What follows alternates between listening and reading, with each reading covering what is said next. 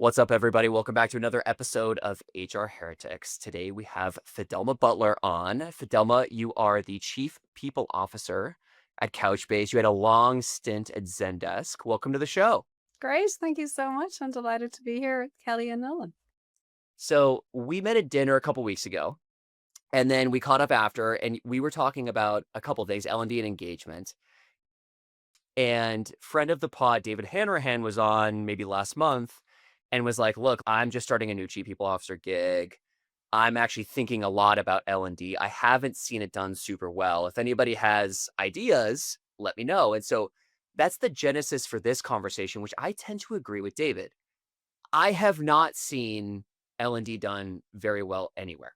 I think when money was free, it was really easy to just throw dollars at the problem. Google has more classes than God for their employees. How do you think about it, given Couchbase is a much different operation than some of the larger tech companies? Yeah, look, I think I would start with saying that L&D being done well is just so tailored and nuanced to the size and scale of the organization and the challenges that you're trying to solve. I actually know David very well. David actually hired me into Zendesk and then relocated me to the United States a few years ago. So he and I have spent a lot of time in the past talking about this particular topic. I think for me coming into Couchbase, the beauty of it in one way and the challenge was that there really was no learning and development happening. So this was about 2.25 years ago. I had 800 employees and post IPO, so public company with decent headcount and very, very little learning and development happening formally throughout the organization. It was a space that just really hadn't been invested in. And I mean that in terms of dollars or time. And so having that blank slate was daunting, but it was also an opportunity to say, okay, what does doing L&D well look like for us in this organization at this time? I also think what makes doing L&D well quite hard is that the space is continuously evolving. Like L&D in 2024 is different to L&D in 2025 with all of the myriad of AI tools that are available to us, with the competition that we have competing for people's like eyeball time on material and everything else that's going on in the world. And so to me, it's really about trying to meet the particular moment of what your organization needs. For us at Couchbase, it became apparent to me early on that we didn't have clear definitions of what good performance looked like and what good leadership looked like. So how could we do L&D well if we weren't defining what was a solid leader well? And for me, those leaders are the most critical part of learning and development. My team, any HR team, right? It's only ever going to be so big. We're never going to have all of the dollars that we need for the resources that we perhaps think that we should have. And so for me, the people leaders are the extension of the people team. So I always want to focus there. So step one for us at Couchbase was let's define what does good leadership mean here in this organization and then design some programming on the back of that. And now we're actually talking about what does the next phase look like? Okay, so I like the idea of basically saying, like, what is good leadership and what does top performance look like here? Mhm. How did you figure out the definition of good leadership? Because I think every company at some point runs into this problem, which is like, I want great leaders. And it's like, well, like that means something different to everybody. Like Elon thinks about leaders one way versus, Larry at Google. So how did you guys go about defining in that process? Yeah, so I actually was very, very fortunate to bring a director of learning and development with me from a previous organization. And so very quickly, she and I started having conversations with the CEO as to when we have a solid leader in this organization, somebody who's performing above what we would expect, what is it that they're bringing to the table and what are they doing differently? And we would collate these anecdotes that we were also hearing across the organization of people showing up particularly well in a particular example or stories of maybe people who didn't work out and what did that entail. And very quickly we realized that we could ground it all in some language that she and I had actually been using elsewhere at the highest level and then adjusted for Couchbase below that. And so we went out to our executive team with this particular model that defined leadership in three ways. Number one was how you lead yourself, how you show up, how you practice empathy, how you communicate with integrity. A few other examples that are quite specific to us within that. Second attribute is how you lead your team. So how you develop them, promote their career development, but also generate high performance from them. And then finally, how you actually lead Couchbase. So, how you demonstrate that you are creating that sustained differentiation through the work that you're doing, how you're adding value, how you're operating cross functionally. So, really trying to go after the things that we were hearing the organization particularly needed and the things that those higher performers seem to be doing well. So now we had a language, right? Now we had something that we could bring into a talent review, but also something that we could now start to build some learning content on the back of. Interesting. So you're essentially like showing them it's like a mirror, right? You're like flashing the mirror to saying, "This is what we think is good," or, "This is what people are saying at least things are good, or what is good." And then this is also, like, what isn't good or what isn't working out. And then I'm assuming there's some horse trading going on there, especially with the CEO, because I think oftentimes with the CEO, when you show the mirror, they're like, "Actually, no, no, no, like, that is not good. I do not want that here." And that actually helps with the clarity process too, yeah? Yeah, very much so. And he had done an effort a few years before with my predecessor to define the values of the organization and very much felt that deep ownership as to what we stand for as an organization. And there's 6 values, and 3 of them are about how you create value for the organization, right? So the things that you do to unlock the best of Couchbase. So, for example, making tomorrow better than today. And then there are another 3, which is how you be valued. So how do we demonstrate to you that we value you? One of those is serve your family as defined by you. So for him, very much that connection between the leadership capabilities and the values was his most important thing. He really wanted to make sure that what we were saying within the leadership capabilities really referenced that. And he contributed to a number of the examples that we used in that original material. And then for the most part, he was like, okay, go for it. One of those values that I mentioned, make tomorrow better than today. I love it because I'm very much a let's launch version 1. And if it's 80 to 90% right at this moment, then that's good enough. And then we'll tweak it and we'll iterate it. And some of them have undergone a couple of changes at the more detailed level, and that's fine. And they should. And I think that that's another area that, good L&D, to go back to your original point, L&D done well is L&D that is continuously agile, and there's a learning that's needed in the learning function. Yeah, I mean, it can get stale very quickly, to your point, if you just kinda let it hang out on the shelf. I love how you said language because I wrote this down earlier, and I've never really been an L&D fan, and I think it was more semantics. You know what I mean? Because I am an L&D fan, but the thing that made me agitated about L&D was, like, what all we all struggle with it, right? Why it hasn't worked or it's always been a challenge, and I've been doing this 25 years, and it's always been a challenge, and it's kinda similar to values to me, and I'm like, "Why is this so hard? How come everyone doesn't really like it or gets frustrated or it doesn't really work?" And it's because it's kinda like values and culture, right? It's very squishy. You're trying to define something that's very subjective that changes, and it's about humans and behavior and not something that's like a date or a number. And that's what makes it uncomfortable for people. And I love what you're doing because we did the same thing with values at Pendo kind of where I think that the L&D process can be as successful as it can be when you try to go so deep that you're making something very intangible and squishy as tangible as possible. Like this is actually what it looks like. Like this is what happens. We use the Goldilocks approach at Pendo, right? Like too much, too little, and just enough, but, like, the ability to have people be able to touch and feel it is, I think, very critical to a great L&D program or activities or actions, 'cause that's why I've always been uncomfortable with it. I'm like, "Why isn't this getting freaking better? Why is this so hard?" It's 'cause everyone's kinda hanging out in theoretical land. Yeah, hanging out in theoretical land and in PowerPoint land and in kind of corporate university land. Yeah, lots of triangles, lots of models. Yeah, look at how other aspects of your life have changed, right? Now social media is about short, quick videos. I don't watch anything over 45 seconds long. Think about how impatient you are if you go back to watching regular TV and it comes time for the adverts.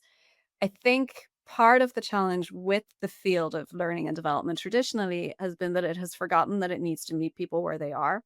And at times it can be, well, we're putting out these programs and people aren't engaging with them. And these programs are these big, huge vehicles that cost a lot of money, that take people away from their actual core work where they are creating value, to go back to that language. And instead, we've got to meet people where they are and try and find ways to compete with the eyeballs. Like people will sit in meetings, right? They're paying attention in the meeting, they're on their laptop and they're getting dinged on their phone. How do we compete within that sphere? Right? So maybe that is a podcast while people drive to work. That's how I do a lot of learning, listening to the likes of you and others, talking to other people in my field, right? Learning can take many forms. And I think, unfortunately, the learning and development infrastructure that exists out there can be very oriented towards the big playbooks that made sense in the earlier part of my career. Yeah, yeah, it's almost like I was thinking about this, like, before we started. L&D needs to be like a product, right? You gotta think about it as a product for people in the company that helps them remove friction and yeah, remove friction and remove stress, right? And they have to be motivated to do that. So if I was interviewing an MD person, I would be like, listen, what are the jobs to be done with these people, right? Just like you said, what are the jobs to be done with our leaders here? And how do we productize our L&D efforts to help that get done in the fair way of the jobs they're doing every day, right? So they actually care about it and they see it removing friction. So to take the other side though, Kelly, right? Like Please. how how much of this is the organization's responsibility? And this is where I've always struggled is like I find that the best people are like Fidelma, you're saying like when I drive to work, I'm listening to podcast. I do the same thing. Kelly does the same thing, right? I'm not expecting to show up to my company and be like, okay, company, what L&D do you have for me? Right? Like put me through your curriculum. So I struggle with this because I'm like, so let me I'll start with my thesis on this. My current thesis on what I think L&D should be is we optimize for the top, call it 3 to 5% in the company, and that's it. And we go person by person. So it's not this like, overarching big thing, but we go person by person and we say, okay, this is what we see from you right now. These are the gaps that you currently have. And we're going to design a bespoke solution to help you fill those gaps. In some cases, it might be coaching. In some cases, it might be expanding that person's network. In some cases, it might be like very specific hard skills that we need to go get them. That's what I've been thinking because if you optimize for those people, then a rising tide like lifts all boats, right? They're going to bring everyone else along with them. Fidel, what's your take on that? And then also, then how are you thinking about operationalizing at Couchbase? Yeah, look, I agree with you, Nolan. So that's really my philosophy as to why I go after leaders, right? And by leaders, I do mean all people leaders. But then within the 200 or so people leaders that we have, there are 60 that are our senior leadership team. And in terms of the cost of the training interventions for them versus others, yeah, it's weighted towards them. And so if you are part of our senior leadership team, you're probably doing coaching, particularly if you've been here a while or if we consider you to be a strong talent. And in that coaching, then it's much more personalized and tailored to you. It is, of course, grounded in our leadership capabilities, but we leave it to you and to the executive that you report into as to what you're going to focus on. That said, I want to make sure that there are learning and development offerings for everybody in the organization. So you might be a new manager. Great, we've got a program for you. You might be underrepresented talent, and we work with a third party to help you. And we've got some coaching opportunities there. I think really that concept of figuring out where you can have the most impact and then over rotating your resources towards those, I think that is the way forward. Because very often in learning and development, the dialogue has always been about how do I quantify this, right? How do I actually, and I can remember things like the happy sheets. Did you enjoy this training? Will this training make a difference? And it's complete nonsense, right? It's complete nonsense because really, if you're taking somebody out of what they're doing, what you're trying to achieve is that when they then come back into doing their work, that something has changed, that they're either catching themselves before they deliver a message in a certain way that is less productive, or that they are starting a particular task with a fresh perspective. And we can't always measure these things. But I find that when we go after the more senior leaders, for example, we can actually start to see correlating outcomes as to the performance of their team, how engaged their team are, even just the stories that I start to hear amongst the executive team here, or the anecdotes that start to rise up, or from the people partners saying what a great job one of them did handling a difficult conversation compared to a year ago.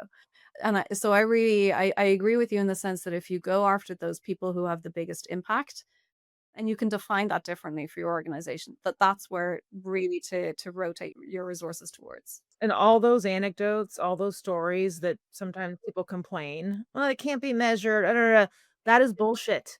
I tell everyone all the time, all those stories and anecdotes that add up over time, it is literally moving the glacier of your company, and you can't even feel it. Like, you don't even know it, but it's, like, either moving it to an advantage that's impacting your P&L, or it's killing you. And I've argued with so many founder CEOs. I'm like, you don't even understand. It's like impacting more than you think, but it's not a line item on your P&L, but it's like always moving. It's always like having an impact. Hey everyone, we'll be right back in a moment after a word from our sponsors. Your workforce is your organization's greatest strength and often its largest single expense. But without the right tools, understanding where your workforce spend is going or how it impacts your bottom line can be a challenge. That's where Planful comes in. With Planful, HR and finance teams get the clarity they need to make smarter workforce decisions, gain real-time visibility into workforce fluctuations, forecast with confidence, and adjust talent acquisition plans collaboratively based on costs today and into the future. No more guesswork, just data-driven insights to help you plan with accuracy. And the best part, Planful is fast and easy to implement, so you can be up and running in weeks, not months, with minimal IT support. Plus, as your company grows, Planful grows with you, providing endless runway for strategic workforce planning at any scale. Ready to take your workforce planning to the next level? Join over 1,500 organizations already using Planful. Visit planful.com/heretics to learn more.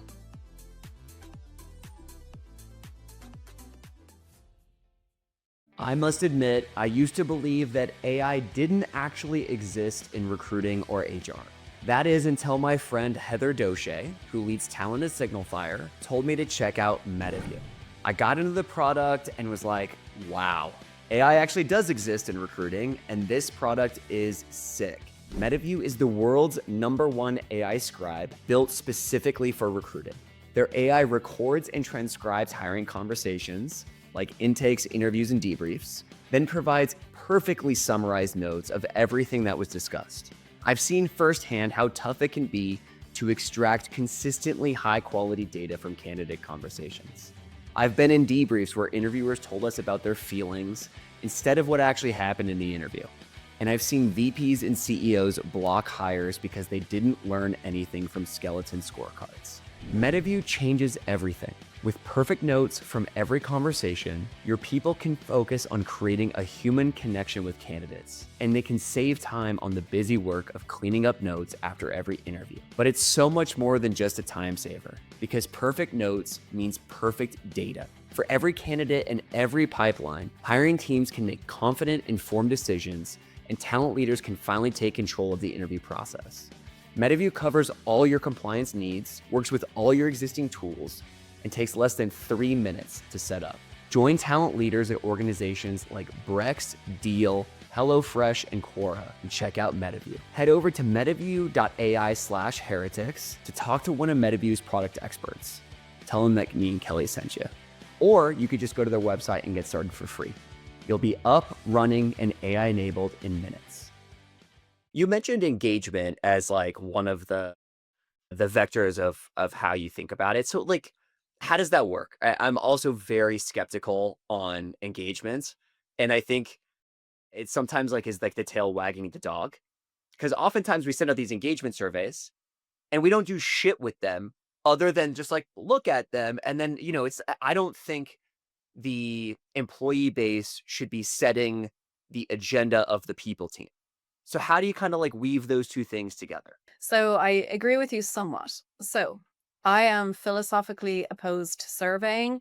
If you do not have the time, the money, the people set aside afterwards to do something about it. So I can remember a few companies ago not doing surveying because I knew that we were pretty small, and I knew that, the way we ran our business was such that I needed to just really focus on talent acquisition and a few other areas, and it just I wasn't going to be able to clear the decks to focus on what came out of it.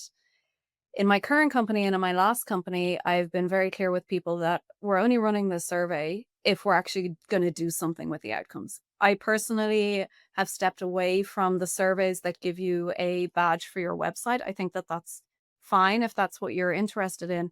But what I'm more interested in is the survey that gives me the rich data of the go dos.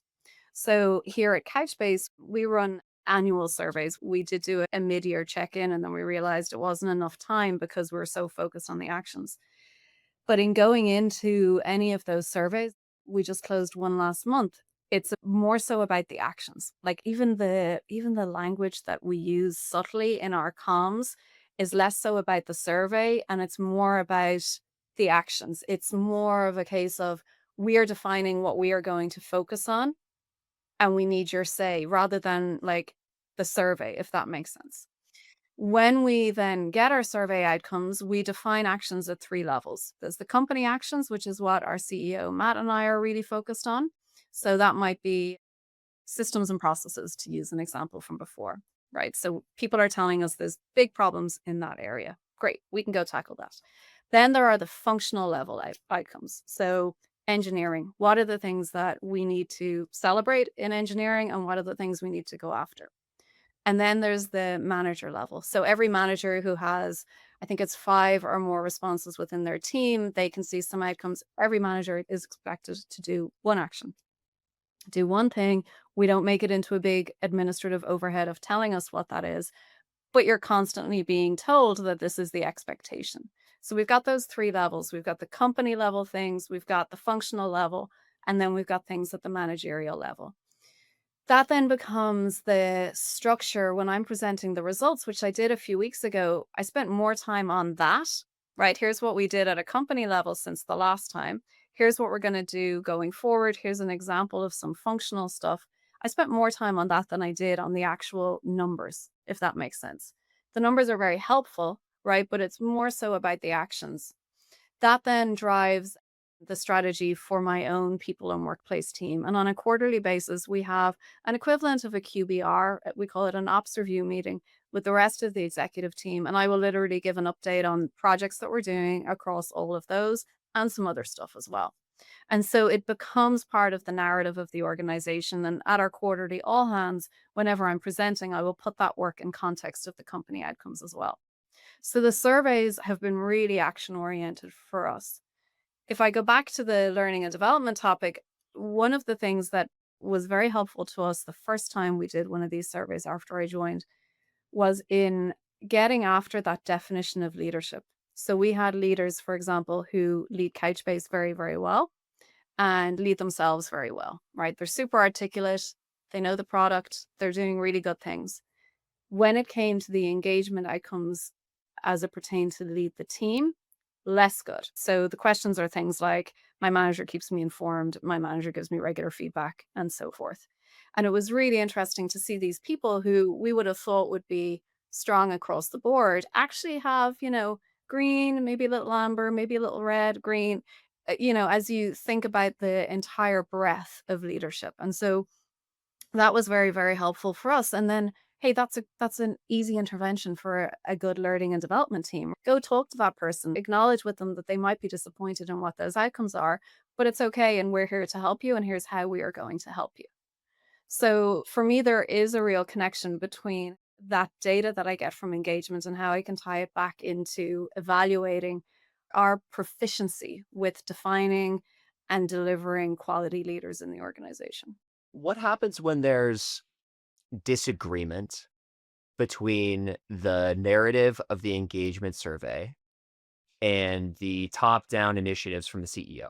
That's interesting. I'm not sure that that has been Do you have an example on that, Nolan? Like, what do you Yeah, an example would be like, I think right now, like everyone's talking about intensity, burnout, like we're too hardcore, shit like that. Like every early stage company I'm talking to right now is doing some version of 996, right? 9 a.m. to 9 p.m., 6 days a week. Again, I think it's stupid, but like that is the tech world that we're currently in. And so I think there's a lot of this sentiment from employees that's like, this is too much, or like, I'm burnt out, or I'm tired, or there's a lot of like fatigue in the org, which I actually don't know if as much if it's org driven or if it's more personal. I think there's a lot to discuss there, which is with society today. But then like maybe the CEO's like, I actually don't think we're intense enough. Yeah, I'll give you an example. So that particular example hasn't been relevant to us, but one thing that has shown up for us is employees wanting to know more and more and more about the company strategy, our messaging, which we revised a few months ago, our positioning in the competitive landscape, what all of that looks like. And there have definitely been moments where I've thought, but hang on, like we just had kickoff, right? We do a sales kickoff. We just had kickoff for the whole company.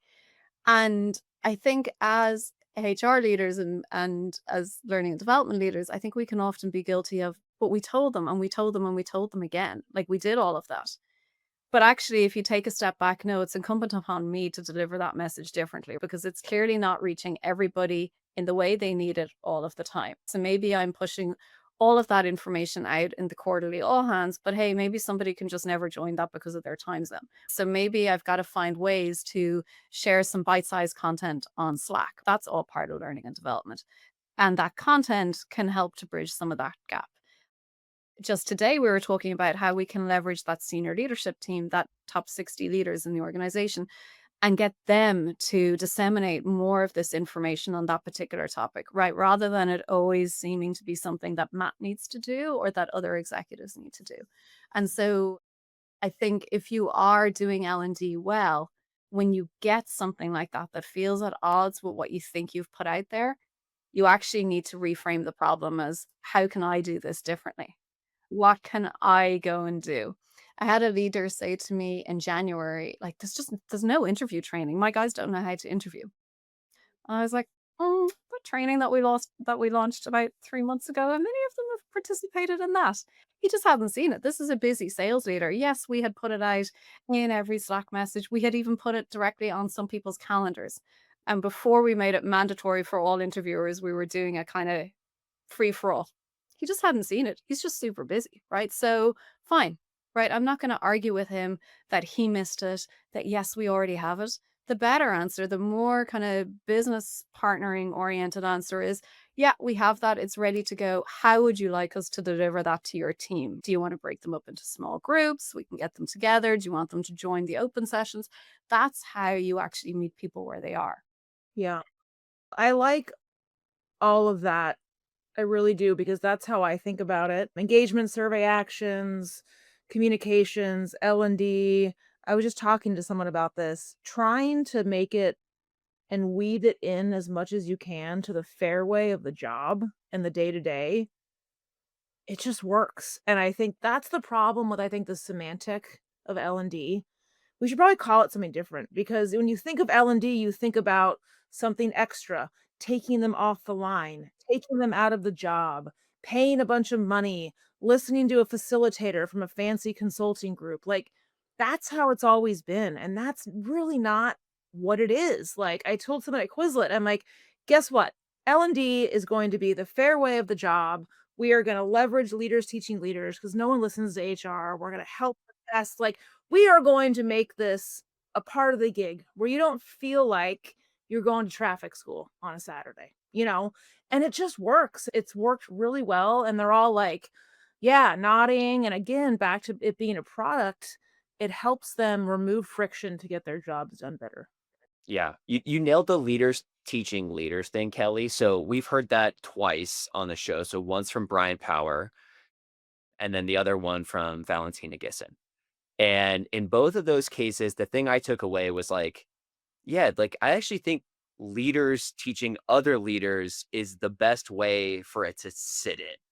And like I would listen to that versus like, HR shows up and I'm like, everyone's eyes like immediately roll of like, all right, well, they're operating on HR Island and everyone else like is actually like trying to drive revenue for the business. So Fatima, how do you guys think about that? Do you engage your leaders to teach? Absolutely. So we get that senior leadership team together on a quarterly basis. And of course, I usually have something to say. And of course, we have our CEO kick it off. But I'm thinking of a recent example where one of the team actually raised his hand to say, I want to do something around people taking accountability, right? And I want to talk to my peers about how we can drive some more of that. So he came in and he presented on that topic, got some input from the group, and now he's actually working on something that we will use in a learning and development capacity with my team. So, yes, I find that very, very valuable. At our sales kickoff, I brought up on stage 4 employees who have had great career development, right? Lateral as well as moving up the ladder here at Couchbase. And people really valued hearing their perspectives. They could have listened to me for 45 minutes, right? Talking at them about career development and what they need to do, but actually listening to those people that you respect, those people that you know, those people that you had a drink with the night before. That's where I think people took a lot of value. So as much as possible, like take yourself out of it. I think that that is very, very true. Yeah, that makes a ton of sense. You had mentioned coaching earlier as well. So the coaching kind of similar to what Kelly's been saying about nomenclature. I think for some people, I think for like, I'm a former athlete. It's like, oh my God, like makes a ton of sense, right? Serena Williams, best tennis player in the world, has a coach. Tiger Woods, best golfer in the world, has a coach. Shouldn't we all have coaches? But then you kind of get these like poor examples of it that I think dilutes what it should be. So how do you guys think about coaching? Where do you deploy it? What does it look like? Yeah, so for us, it is those most senior leaders. So a couple of years ago, we started with a subset of them participating in a leadership program. It's through Sounding Board. And I think by now we've had maybe 40 of the 60, if not a little bit more, who have participated in it. I think we've had 1 or 2 cases where people have actually changed their coaches, right? Where they have felt, you know what, I need to get a better fit here. And Serena did that. She changed from Patrick Muradic when she needed to, right? But I think where coaching has helped us is that when I take a step back and I look across leaders, it's never really their technical knowledge, it's never really their experience that holds them back, but it's maybe their ability to deliver a conversation in a certain way. Maybe it's their ability to make it seem like they're not nervous when they're talking to a large group of people, to command an audience, to have executive presence. It tends to be those intangible, the unmeasurable, immeasurable things. But that's where coaching has really helped with us is, we've encouraged them to really go after those aspects, the things that they find particularly hard, the things that they get feedback on. So, of course, like a lot of coaching platforms, there's a survey beforehand, right? How good is the people at all of these things? And our leadership capabilities are in there, but also a bunch of other very specific things. And then they go forth with their coach. We've had a number of examples of people wanting to continue with their coach. And in many cases, we've been able to facilitate that. We also then have another program through Torch, which is targeted at underrepresented talent. Now, everybody can apply, but we particularly encourage talent of any level who identifies as underrepresented. And so, again, this might be good for you if you want to actually have some one on one time with a coach. In that particular piece, you also meet with your group. So you go through it as a cohort. You might have a session on, I don't know, confidence while presenting to an executive team led by one of their coaches, bit of Q&A, my team are there. Then you go off and you do some work with your coach. Then you come back a few months later, there's another one of those meetings, and so on and so forth. And throughout all of that journey, you're meeting with different members of the executive team as well. And so it's worked well for us with that population as well. Because, this one size fits all approach, it's just not really the answer. It's not the modern answer anymore. We all want to have diverse workforces in every single way. Well, we all learn differently, right? We all consume information differently. We all just have different needs and different energy levels. And so that's really what we've been able to find with coaching is that it can deliver that personalized piece. And then I can correlate engagement outcomes with, attend did this person attend any of our leadership programming? Obviously, it's all anonymized within culture, but in the same way that as it tracks what region you're in, it tracks at a highest level for me, at a very high level. Here are the outcomes for leaders who've participated in programs and the ones who haven't. Fidelma, my last question for you is really, what do you think this means for L&D talent going forward, right? I mean, do you see the role changing, the title changing? Do you interview differently now when you start hiring L&D folks? Where do you think it's going? Well, I'll actually take a bit of a detour into the past. So when I started my career in consulting, it was learning and development attached to systems implementations, right? So it was about the change curve. And we would have all of these spreadsheets of these different groups of people and where might they be on the change curve? And where did we need to get them to? What level of knowledge would they have? Then we would go and create all of these massive PowerPoint decks, take them away from their day job, and then expect them to absorb all of this change and behave differently.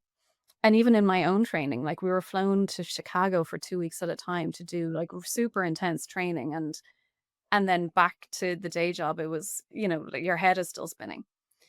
So that was kind of the way learning and development used to be. And then there became this big movement around hiring instructional designers, right? And it all being really about the design and the look and feel, and that was very important. And then there became this big movement around strengths. And I think it got a little bit over rotated to that, right? Because most of the time we're trying to develop people on their areas of opportunity.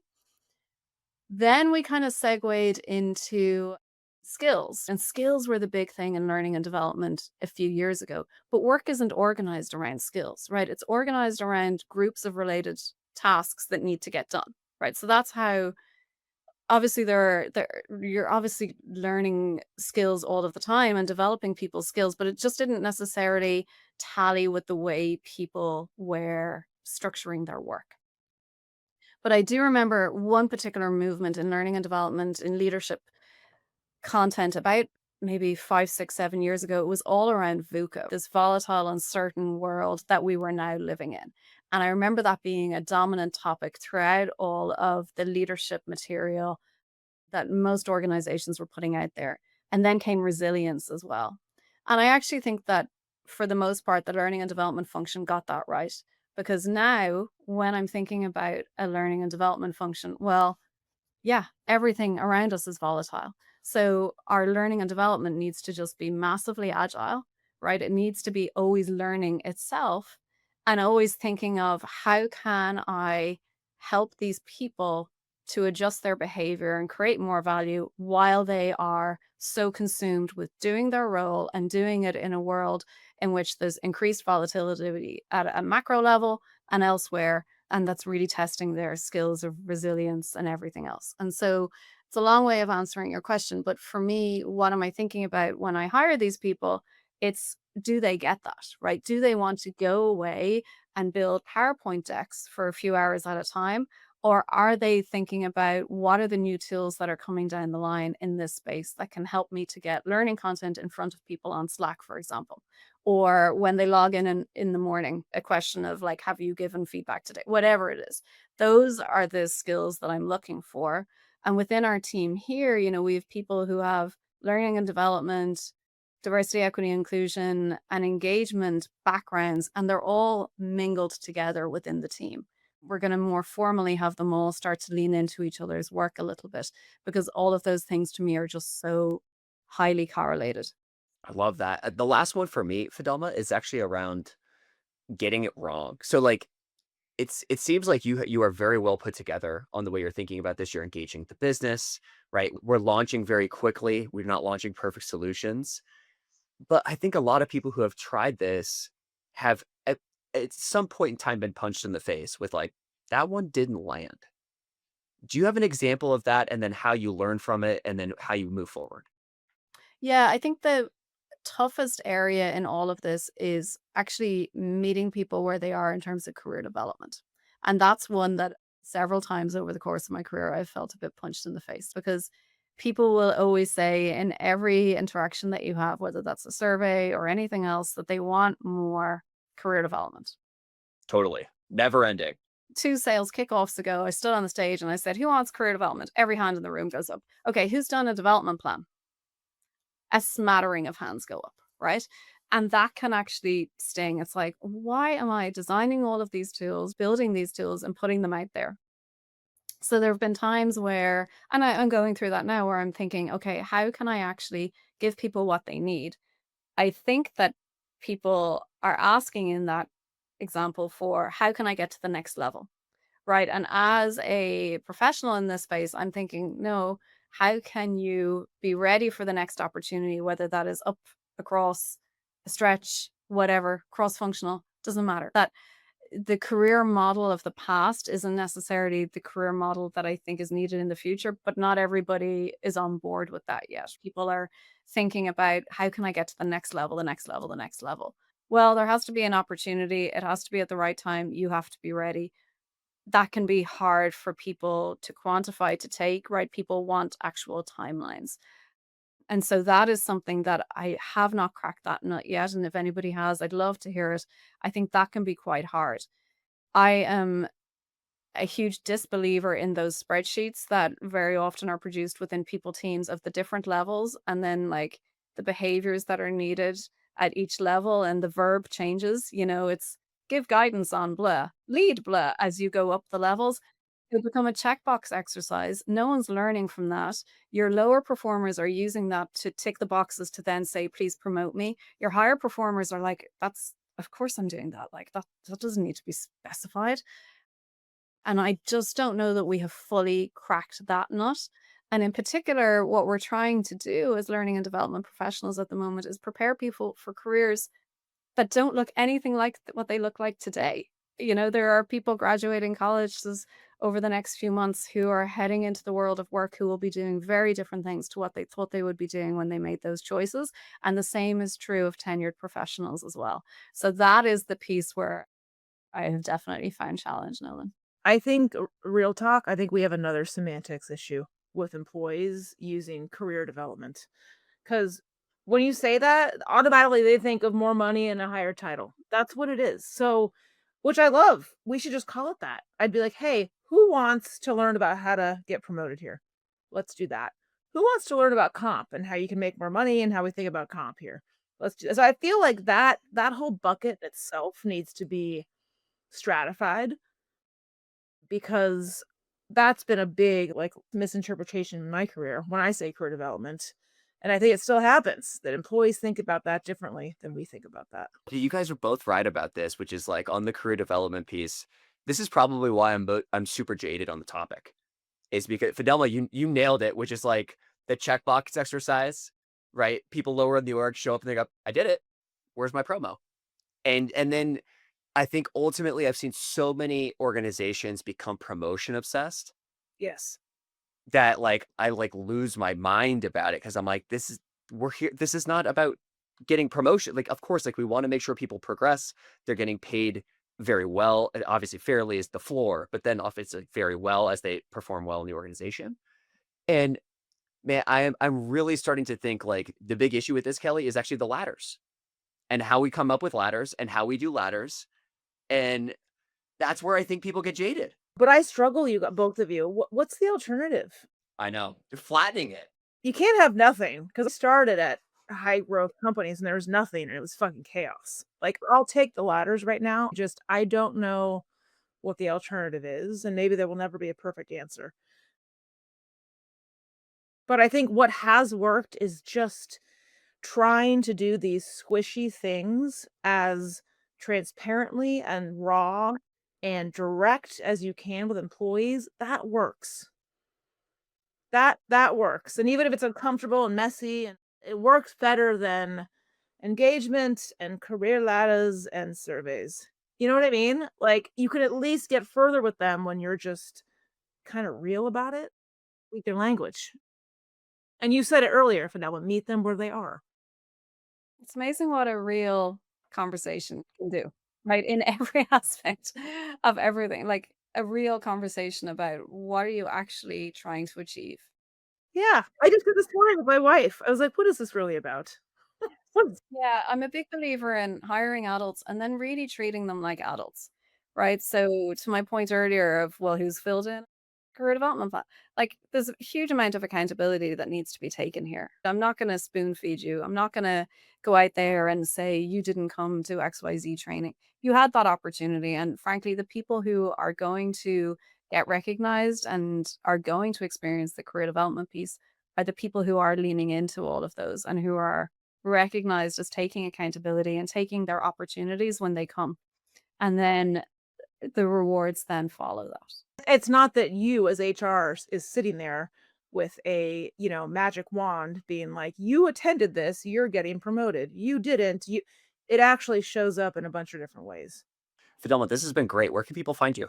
Sure. Well, like everybody, they can find me on LinkedIn and reach out to me there. Happy to connect with everybody. And it's been a pleasure chatting to you all today. I'm very aware that I'm speaking from a very empty room. We're actually moving our headquarters over the next few days, which is also a project that's on my. I thought you were in like a CIA black site. So it's like totally like it's good to know you're still in a conference room. Yeah, that's cool. I should have done this a week later when we're in our really cool office at Santana Row. Thank you so much for the time, Fidelma. All right, thanks, Fidelma. Thank you both. HR Heretics is a podcast from Turpentine, the network behind Econ 102, Moment of Zen, and Turpentine VC. Subscribe, 5 stars, share it on Apple, YouTube, Spotify, anywhere you get your podcasts, all the things.